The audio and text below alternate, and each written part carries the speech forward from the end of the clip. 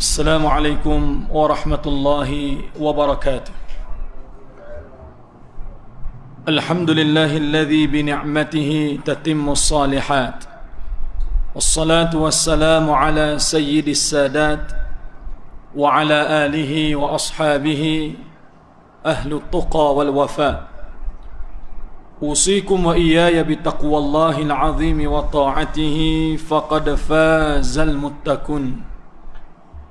قال الله سبحانه وتعالى في محكم التنزيل: إن الإنسان خلق هلوعا إذا مسه الشر جزوعا وإذا مسه الخير منوعا إلا المصلين الذين هم على صلاتهم دائمون. صدق الله العظيم.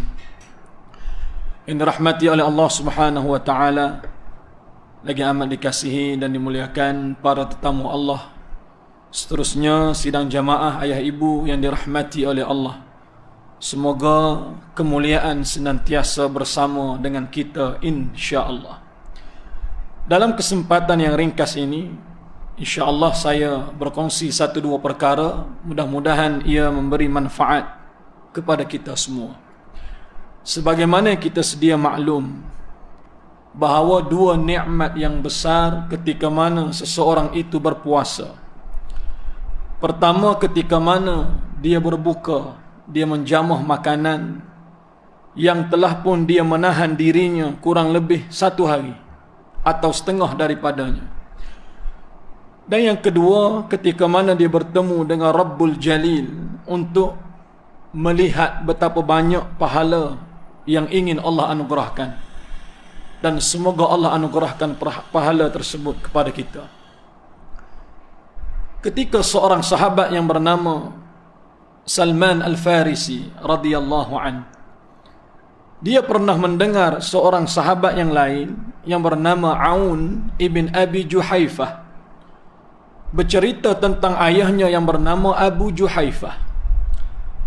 Kata Abu Juhaifah, satu ketika aku dihidangkan makanan yang diperbuat daripada gandum.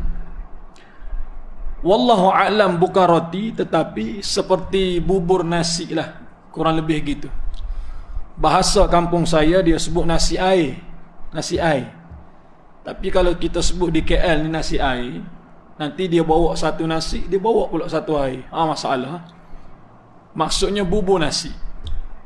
Dan bersama dengan bubur nasi itu, bubur gandum itu adalah laham, iaitu daging kambing. Orang Arab ni dia ada makanan spesial dia. Kalau nasi Arab, kita sebut nasi Arab. Nasi Arab pula banyak jenis. Hierarki yang pertama nasi Arab namanya mansaf wa lahmil baladi. Hak ni cukup pure lah. Maksudnya orang Arab cukup suka. Termasuk orang-orang Al-A'rabi, orang Badui. Mereka makan mansaf. Bersama dengannya ada yogurt ataupun susu masam. Dan yang paling istimewa ada lahmil baladi, daging kambing, kambing gurun yang dipanggang. Oh, Masya Allah, sedap. Baik. Abu Juhaifah dan setengah riwayat menyebut makanan ini ketika mana dia ingin berbuka puasa. Tapi riwayat ini cukup lemah dari sudut sandarannya. Apabila dihidangkan, dia tengok bubur gandum ni dengan lahmil baladi, dia makan dengan cukup banyak sehingga memenuhi ruang perutnya. Bila selesai dia makan, kenyang dia, keluar dari tempat dia makan menuju ke tempat Nabi SAW yang duduk pada waktu itu bersama para sahabat yang lain. Bila duduk dalam majlis, orang terlalu kenyang, sendawa pun duk lagi. Sampai-sampai wa ana atajashak, kata dia, aku sendawa dalam keadaan sedikit kuat, sehingga orang-orang yang ada dalam majlis itu termasuk baginda sallallahu alaihi wasallam semuanya melihat kepadaku. Tengok, wah dia ni sungguh sangat sendawa ni. Lalu baginda menyebut, ya Aba Juhaifah, kuffa alaina min jusyaik au ukfuk alaina min jusyaika ya Aba Juhaifah. Bahasa kita mudah-mudah lah. Wahai Abu Juhaifah, nak sedawa pun agak-agak lah. Gitu bahasa mudah kita. Nak sedawa pun agak-agak lah. Kami tidak makan seperti mana kamu makan. Maksudnya apa? Kalau sendawa tu kuat, makan mesti sedap. Yang kedua, makan mesti banyak. Baru puas hati kita sendawa. Sahabat yang ramai ni tidak sendawa seperti mana kamu. Maksudnya tidak makan banyak seperti mana kamu. Ukfuk alaika min jusyaika ya Aba Juhaifah. Tahan sendawa kamu, jangan ia diperdengarkan kepada kami. Fa inna aktsarun nasu shib'an fid dunya wa atwalun nasi ju'an yaumal akhirah. Kerana orang yang paling banyak kenyangnya di atas muka bumi, dialah nanti orang yang paling lapar di negeri akhirat. Wal'ayazubillah. Maksudnya ketika berbuka, bihasbi ibni Adam, cukup untuk anak Adam itu nuqaimat, beberapa suapan makanan untuk nuqimha bihi sulbah, untuk menegakkan tulang punggungnya. Dia boleh bangun menunaikan salat sebagaimana biasa. Mudah-mudahan Allah rezekikan kita. Beberapa suapan itu pun sudah berkat dan kita kenyang, kita boleh melaksanakan ibadah kepada Allah Subhanahu wa taala. Saya ingin berkongsi satu riwayat daripada Israiliyat tentang kematian. Riwayat daripada Israiliyat ini ada yang boleh diterima dan ada yang perlu ditolak. Kebanyakan riwayat mesti ditolak kerana sandarannya cukup melemahkan dan cukup tidak kuat. Tetapi ada beberapa keadaan riwayat ini memenuhi piawaian untuk diceritakan. Sebagai contoh, Al-Imam Al-Bukhari di dalam Jami' Sahihnya nombor hadis 3461 menyebut bahawa baginda sallallahu alaihi wasallam telah pun bersabda, "Ballighu anni walau ayah wa hadithu an bani Israil wala haraj. Man kadzdzaba alayya muta'ammidan falyatabawwa maq'adahu minan nar." Sampaikan dariku walaupun satu ayat, satu bicara, satu kata-kata, satu kisah. Sampaikan. Dan ceritakan juga kisah daripada Bani Israel. Wala haraj. Jangan kamu rasa berat untuk cerita. Ceritalah. Tetapi ingat, sesiapa yang berdusta di atas namaku secara sengaja, dia sendiri telah menempuh tempatnya di dalam neraka, wal'iyadzubillah.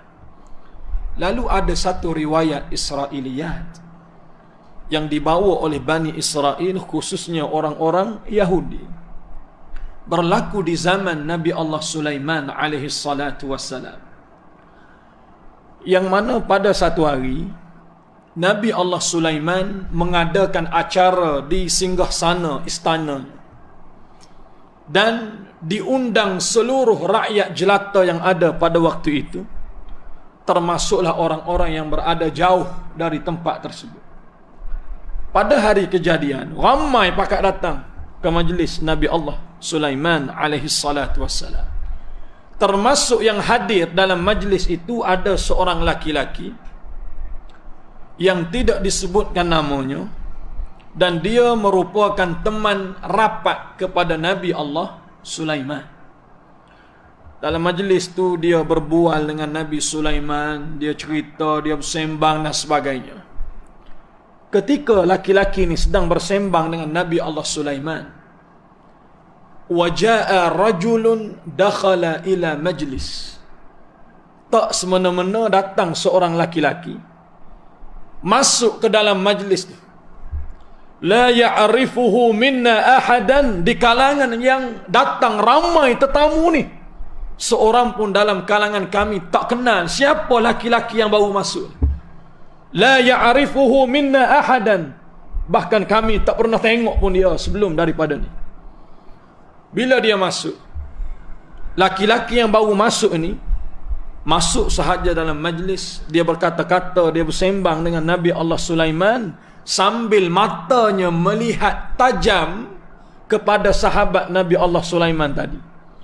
Dia tengok, dia renung, dia perhati, tajam, penuh khusyuk dia tengok, sambil bercakap dengan Nabi Sulaiman, tengok pada sahabat Nabi Sulaiman. Sehingga kawan tu rasa tak selesa lah. Kita pun bukan dia. Kita duk baca Quran, duk ngaji, duk semayang sebagainya dalam masjid. Tiba-tiba kita perasan ada orang tengok kita. Tengok pula bukan tengok sekali, toleh tempat lain, tengok pula. Tak, tengok tu terus menerus. Oh, tak selesa. Apa harian ini banyak lagi tempat lain nak tengok, kita juga dia tengok. Takkan tak pernah tengok orang. Tak selesa. Sahabat ni mati-mati tak selesa. Sampailah selesai laki-laki yang baru masuk tadi cerita sembang dengan Nabi Sulaiman, thumma kharaju, keluar dia. Bila laki-laki tadi keluar, sahabat kepada Nabi Allah Sulaiman, dia tanya, ya Nabi Allah, wahai Nabi Allah, man huwa rajul, siapa laki-laki yang baru masuk tadi? Yanzuruni, dia melihat kepadaku dan aku cukup rasa tidak selesa dengan dia.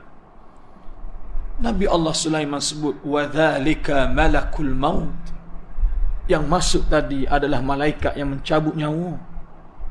Malaikat maut. Dah lah malaikat maut tengok pula, tengok pada laki-laki tu. Sudah ha? Kita tak pernah jumpa malaikat maut. Hak kita pernah jumpa malaikat subuh. Tak minyak utur malaikat subuh. Pagi-pagi subuh nak semayang tu, nak roll on tu. Tengok malaikat subuh kita pakar lah. Kalau tengok malaikat maut letak balik, tak pakar lah. Kalau pakar tu belum tentu lagi boleh hidup kedak lepas daripada tu. Bila laki-laki ni dengar, wa dzalika malakul maut, oh, dia rasa tak selesa. Sudah, tadi tengok pada aku, renungan cukup tajam, aku rasa tak selesa.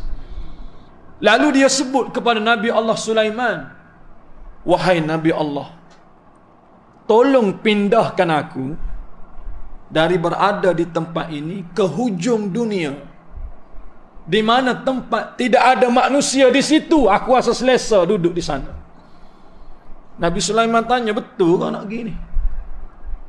Betul, kerana aku cukup rasa tak selesa. Nabi Allah Sulaiman, Allah anugerah kepada dia kekuasaan memerintah langit dan bumi serta seluruh jajahan takluknya, yang bukan hanya manusia, jin, al-hayawanat, ar-rih, angin pun tunduk di bawah kekuasaan Nabi Allah Sulaiman. Yang mana dia pernah berdoa, semoga Allah anugerahkan kekuatan kerajaan yang begitu agung kepada dia dan tidak diberikan selepas daripada dia. Betul, Allah bagi pada dia angin. Subhanallah, dia perintahkan angin, bawa laki-laki ni pergi ke hujung dunia. On the spot, laki-laki tu dia hantar ke hujung dunia. Jangan tanya sahih tak sahih, ni riwayat Israiliyat. Baik, selesai laki-laki ni dihantar, datang keesokan harinya malaikat maut. Bila datang malaikat maut, Nabi Allah Sulaiman tanya, wa kana rajulun fil ams, laki-laki yang datang majlis aku semalam, dia ni khafa alaik, cukup takut pada kamu. Lalu malaikat maut kata, wahai Sulaiman, ketika aku datang ke majlis kamu, aku rasa pelik dan terkejut kerana melihat laki-laki itu sedang bersama dengan kamu dalam majlis, sedangkan dalam catatan ataupun dalam rekod aku perlu cabut nyawa dia di hujung dunia, yang mustahil pada fikiran dia boleh sampai ke hujung dunia dalam jangka masa yang cepat. Ketika aku keluar dari majlis kamu menuju ke hujung dunia, sampai aku di hujung dunia, aku melihat dia sedang berada di sana. Bila mana sampai di sana, aku tengok dia ada dah situ. Falamma balagha aqsa atharihi qabadahu Allah subhanahu. Aku rentak, aku cabut nyawa dia. Pengajaran yang ringkas, sangat mudah. Ada orang lari daripada kematian. Kematian tu sedang menunggu dia di tempat di mana dia sampai. Ada orang, dia berhajat untuk bertemu dengan kematian. Dan kematian itu akan datang kepada dia.